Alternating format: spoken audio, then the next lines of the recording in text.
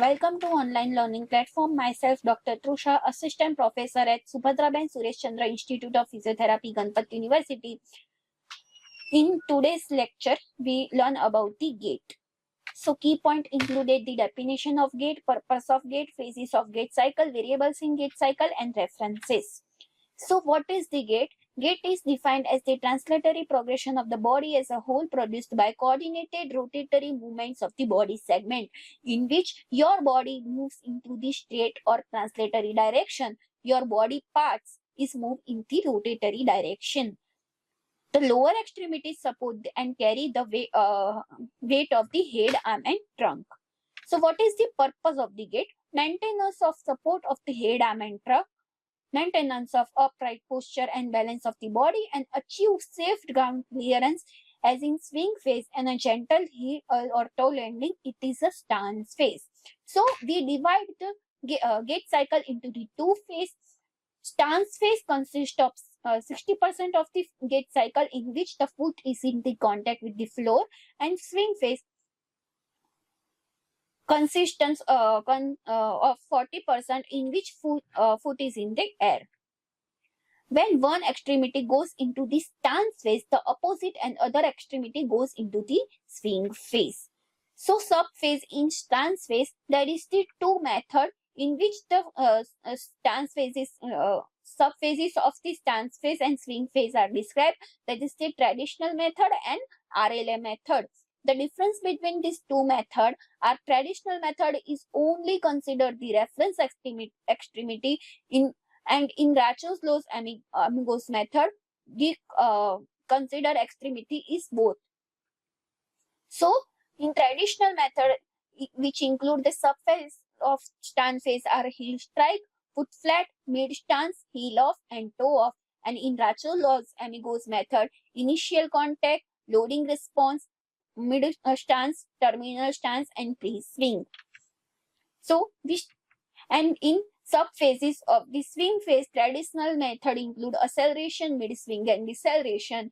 And in Rachos-Lows amigos method, include initial swing, mid-swing, and terminal swing. So, we start with the one by one the subphases of stance phase, in which traditional method including heel strike, in which it is begins with the initial contact and end with the foot flat. It's beginning of the stance when heel is contact with the ground. Initial contact in RLA method, it occurs when heel strike first the ground.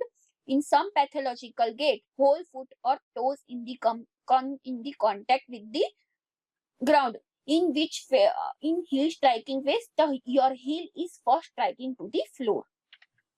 Then foot flat, it occurs immediately following this heel strike, the point at which fully contact with the floor. And in RLA method include loading response, in which begins at the initial contact and ending with the contralateral extremity lifts of the ground, means your opposite extremity is in the swing phase. Then including the mid-stance phase, in the traditional method, it is the point at which body passes directly over the supporting extremity, and in mid-stance in RLA method begins with the contralateral extremity lifts of the ground and end with when the body is directly over the supporting extremity, in which in this phase the body is supported by only the one extremity. So in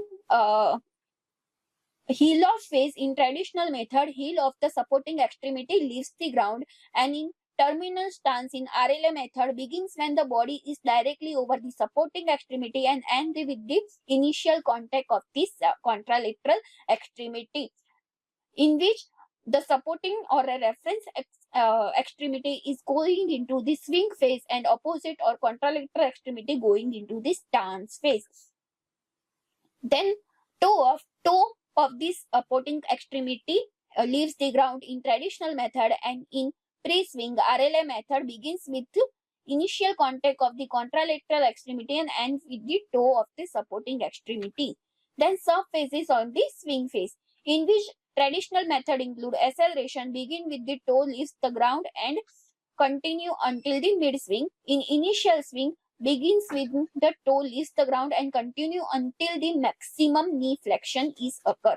Then mid-swing in traditional method occurs approximately when the extremity passes directly beneath the body and from ending the acceleration to beginning of the deceleration. In mid-swing, the period of the maximum knee flexion occurs until the tibia is in the vertical position. So in this phase, the knee going into the maximum flexion from the maximum extension of the knee. Then deceleration or late swing phase in traditional method occur after mid swing when limb is decelerating in preparation for heel strike, and terminal swing include the period from the one point at which the tibia is in the vertical position to a point just before the initial contact. This is the fate when the one gait cycle is ended. Okay, so we further conclude the variable of the gait cycle, in which the temporal variables and distance variables. Temporal variables means time and distance variables. Okay, so temporal variables include stance time, swing time, single and double limb support time, stride duration, step duration, cadence and walking velocity. In distance variable include stride length, step width and degree of toe out. So we start with the temporal variables, in which stance time is the amount of the time that elapses during the stance phase of the one extremity of the gait cycle. Swing time is the amount of time that elapses during the swing of phase of the one extremity of the gait cycle. Then single limb support time, only one extremity on the supporting surface in the gait cycle. Your body is only supported by the one extremity. Then double limb support time, it is the amount of time spent with the both feet on the ground during the one gait cycle. It increases in elderly person as is in the fear of fall or a balance disorder.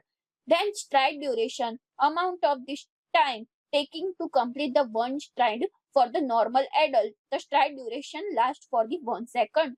Then step duration, amount of time spent during the single step. Then coming into the cadence, the number of steps taken during the time. It is usually measured step by the step per minute. In adult man, it is 110 step per minute, and for adult women, it is 116 step per minute.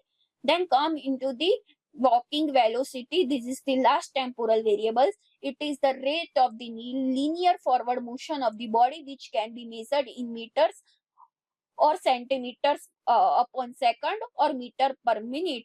Most probably the meters per second is referred. Walking velocity is distance walked upon time. In particular time, how much distance is covered is known as the walking velocity. In normal adult man, for the man, 82 meter per minute or 1.37 meter per second. On women, 78 meter per minute or 1.30 meter per second. Then come into the distance variables. Distance variables include the stride length. It is the linear distance between two successive events accomplished by the same lower extremity. It is the measured from the one point of the one heel strike of the one lower extremity to the point of the next heel strike to the same extremity. Means, if we taken the example, we consider the right side of the extremity, when the distance between the one heel strike of the right side extremity to the next heel strike of the same right side extremity. Then step length, it is the linear distance between two successive points of the opposite extremity measured from the heel of the one extremity to the heel strikes of the heel strike of the one extremity to the heel strike of the opposite extremity. Means the distance between the right side heel strike to the left side heel strike. Okay, so this is the figure in which the stride and step length are described. Then come into the step width, measuring the linear distance between the midpoint of the heel of the one foot and the same point of the another foot. Step with the horizontal distance between the 2 points on the opposite limbs, that is the right heel midpoint to the left heel midpoint at initial contact. It is measured in the starting phase, starting in the gait cycle. So normal adults, the step width is 7 to 10 centimeter. Then the last option, last distance variable is degree of toe out. The measuring angle formed by the each foot line of progression, that is the vertical line, and the line intersecting the center of the heel and the second toe, as is shown in the figure. These are my references. Thank you.